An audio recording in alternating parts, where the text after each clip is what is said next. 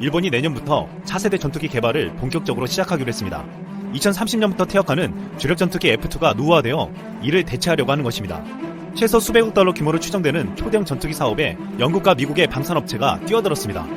일본은 기술 이전 등 미국보다 더 좋은 조건을 제시한 영국을 선택해 미국의 의존도를 줄이려고 했습니다. 또한 이번에는 반드시 독자적인 기술로 주력 전투기를 만들겠다는 목표를 세웠습니다. 하지만 미국의 트럼프는 가만히 있지 않았습니다.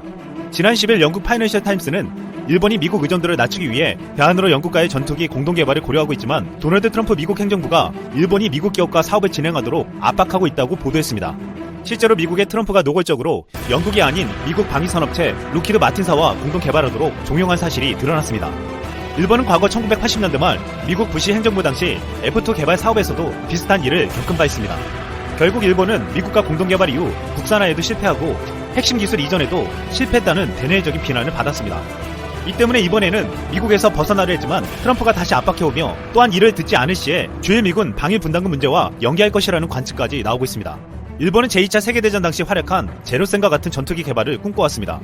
지난해 아베가 미국으로부터 F-35 전투기 105대 구매 계약을 체결하자 F2 후속기는 자체 개발해야 한다는 여론이 높아진 바 있습니다.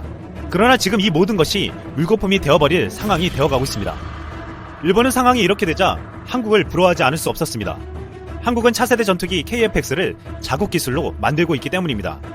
KF-X는 처음부터 수출까지 고려해 핵심 장치를 비롯해 65%를 국산 기술로 만들었습니다. 가장 중요한 것은 선진국이 절대 기술을 전수해주지 않는다는 A사 레이더를 우리 기술로 개발했다는 것입니다.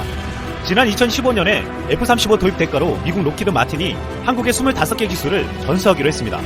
하지만 A사 레이더 등 핵심 기술 4가지를 미 정부가 거부해 KF-X는 자초대 위기에 놓이기도 했습니다. 그러나 우리는 포기하지 않았습니다.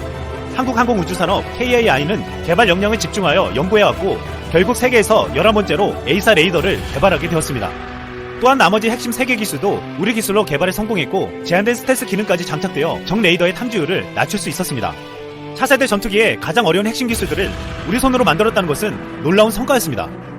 지난 10월 열린 서울 아덱스 2019에서는 KF-X의 실물 모형이 처음으로 공개되었습니다. 공개된 KF-X는 최신 항정 장비와 A사 레이더 및 최신 센서 등을 탑재할 뿐만 아니라 고기동력을 갖추어 놀라움을 주었습니다.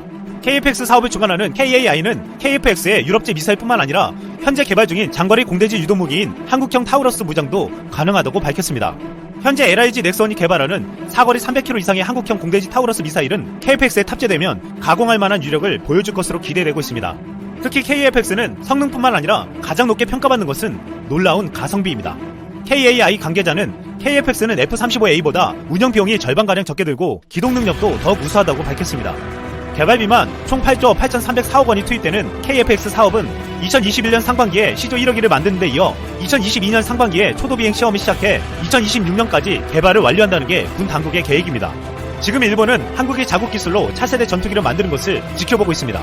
일본은 또다시 비싼 돈을 미국에 주며 자국 기술 없이 차세대 전투기를 만들어야 하는 상황에 놓여있지만 우리는 자랑스러운 우리 기술로 만든 KF-X로 앞으로 대한민국의 영공을 지킬 수 있게 되었습니다. 이상 쓸모왕이었습니다.